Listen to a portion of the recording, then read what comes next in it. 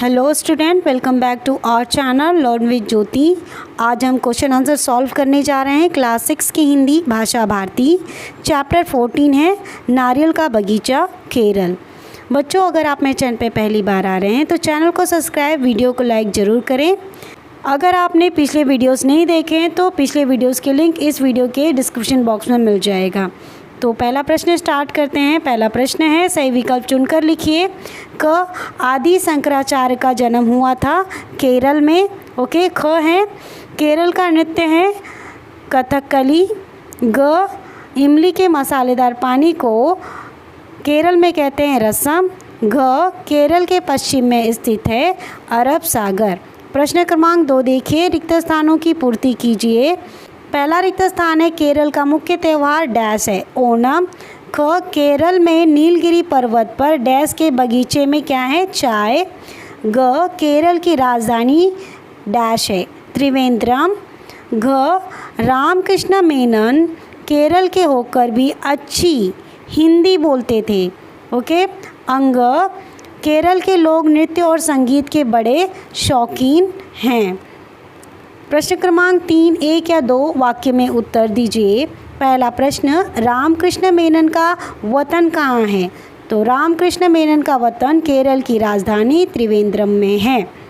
ख प्रश्न, लेखक को प्लेटफॉर्म पर खड़े सज्जन पर दया क्यों आ गई? उत्तर, प्लेटफॉर्म पर खड़े सज्जन पर लेखक को दया इसलिए आ गई कि एक पहलवान नुमा लड़का डिब्बे के दरवाजे में खड़ा होकर उसे डिब्बे में चढ़ने नहीं दे रहा था।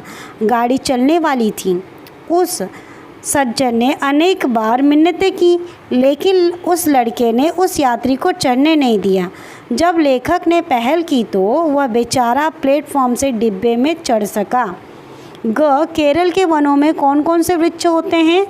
उत्तर, केरल के वनों में सागौन, शीशम, रबर और चंदन के वृक्ष होते हैं।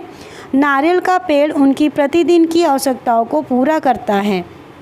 घ प्रश्न, केरल वासी नारियल को कौन सा वृक्ष कहते हैं? उत्तर, केरलवासी नारियल को कल्प वृक्ष कहते हैं।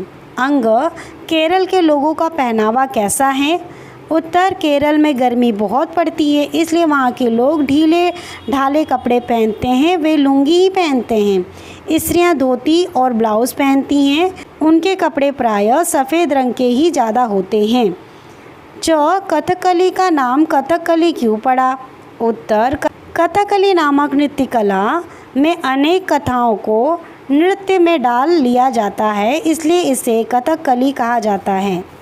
प्रश्न 4, 3 से 5 वाक्यों में उत्तर दीजिए। क, नारियल के पेड़ की क्या उपयोगिता है? उत्तर, नारियल अमृत के समान मीठा पानी देता है। उसकी गिरी से साग सब्जी चटनी बनती है। उसके गोले से तेल निकलता है जो साबुन बनाने और सिर में डालने के काम आता है। इसके तने से पानी की नाली बनती है।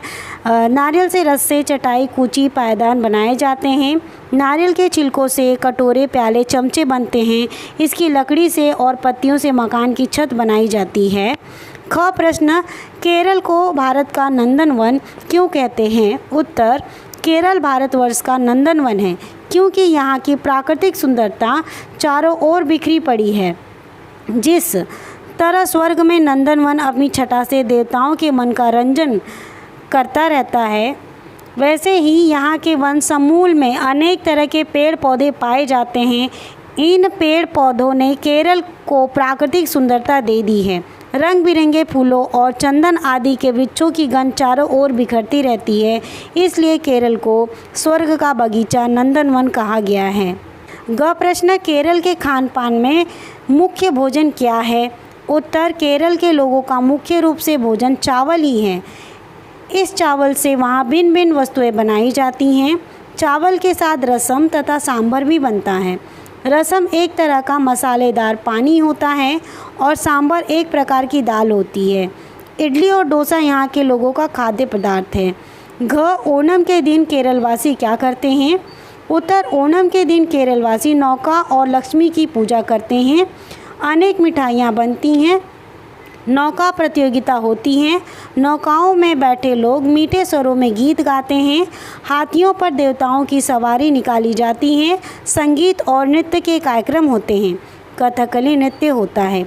अंग प्रश्न, केरल में कौन सी नृत्य कला विकसित हुई? इसकी क्या विशेषता है? उत्तर, केरल में कथकली नामक नृत्य कला विकसित हुई है। इस कला की यह विशेषता है कि इसमें अनेक कथाओं को नृत्य में ढाल लिया जाता है, अतः इसे कथकली में कहा जाता है। यह कथकली नृत्य आज पूरे भारत में प्रसिद्ध है। क्वेश्चन नंबर 5, सोचिए और बताइए क जैसा देश वैसा भेष, रामकृष्ण ने ऐसा क्यों कहा? उत्तर, रामकृष्ण ने जैसा देश वैसा वेश कहावत इसलिए कही कि मनुष्य जिस स्थान और जलवायु वाले प्रदेश में रहता है तो वहाँ के मौसम के अनुकूल अपने वस्त्रों का चुनाव करता है और उन्हें पहनता है। रामकृष्ण लुंगी पहने हुए थे क्योंकि केरल में गर्मी अधिक होती है, अतः लोग ढीले ढाले वस्त्र पहनते हैं। ख, केरल में ढीले ढाले और सफ़ेद कपड़े ही क्यों पहने जाते हैं?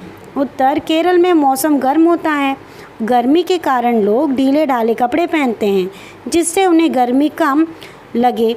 सफ़ेद कपड़ा भी प्रायः गर्मी नहीं देता है, इसलिए वे सफ़ेद कपड़े पहनते हैं। ग, रामकृष्ण मेनन केरल को अपना वतन क्यों कहते हैं?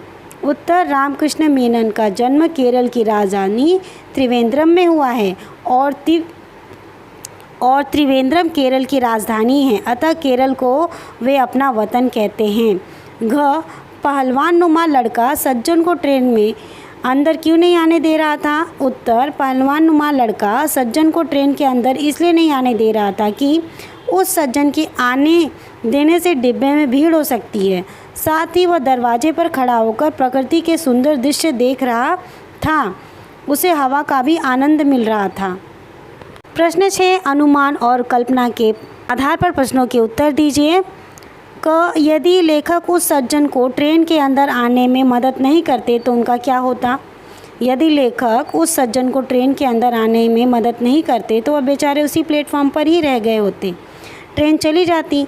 उस सज्जन का कोई भी परिचित वहाँ नहीं था, वह रात भर प्लेटफॉर्म पर ही पड़ा रहता। ख, प्रश्न, यदि केरल का मौसम कश्मीर जैसा होता तो वहाँ के जनजीवन पर क्या प्रभाव पड़ता? उत्तर, यदि केरल का मौसम कश्मीर जैसा होता तो वहाँ का जनजीवन अब की अपेक्षा बिल्कुल विपरीत होता। वहाँ का खान पान बिल्कुल भिन्न होता, वहाँ का पहनावा ढीला ढाला न होकर वे कसे हुए वस्त्र पहनते, गर्म कपड़े पहनते, वे रंगीन कपड़े पहनना पसंद करते। उन लोगों के शरीर का रंग भी गोरा होता। प्राकृतिक परिस्थिति के अनुसार उनका जनजीवन प्रभावित होकर भिन्न तरह का होता।